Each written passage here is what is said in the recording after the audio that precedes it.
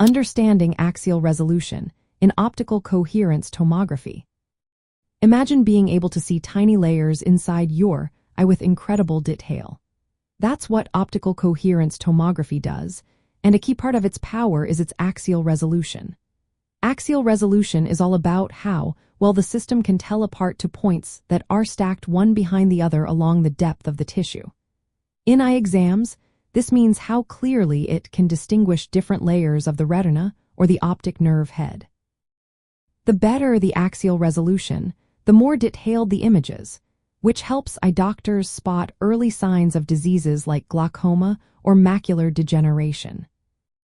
The main factor that determines axial resolution is the coherence length of the light source used in OCT. Think of coherence length as how far the light can travel while still maintaining a clear, stable wave pattern.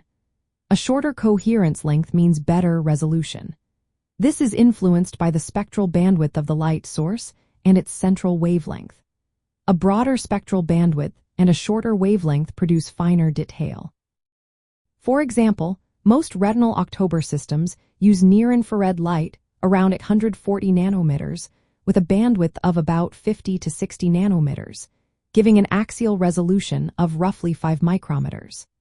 If the bandwidth increases beyond 100 nanometers, the resolution can improve to less than 3 micrometers, allowing clinicians to see even more subtle details in the retina. Mathematically, axial resolution can be estimated with a simple formula. It involves the central wavelength and the spectral bandwidth. The smaller the value of this calculation, the better the resolution. Specifically, increasing the bandwidth or decreasing the wavelength improves the ability to distinguish tiny structures deep within the eye. This is why newer, more advanced October devices aim for wider bandwidths and shorter wavelengths to produce sharper images. In practical terms, high axial resolution is vital for detecting early changes in eye health. It allows eye doctors to see tiny disruptions in the layers of the retina or the nerve fiber layer, which can be signs of glaucoma or age-related macular degeneration.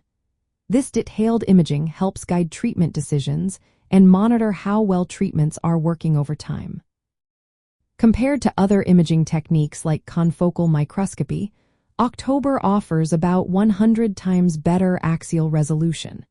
This means it can produce detailed cross-sectional images of the eye even when optical clarity is compromised. Researchers are continually pushing the boundaries of axial resolution with experimental light sources. Some are exploring broadband soft X-ray sources that could achieve resolutions as fine as 2 nanometers. While these are still in the research phase and not used in everyday eye care, they show the potential for even more precise imaging in the future. In summary, axial resolution in optical coherence tomography is a measure of how finely the system can see depth inside the eye. It depends mainly on the light source's bandwidth and wavelength.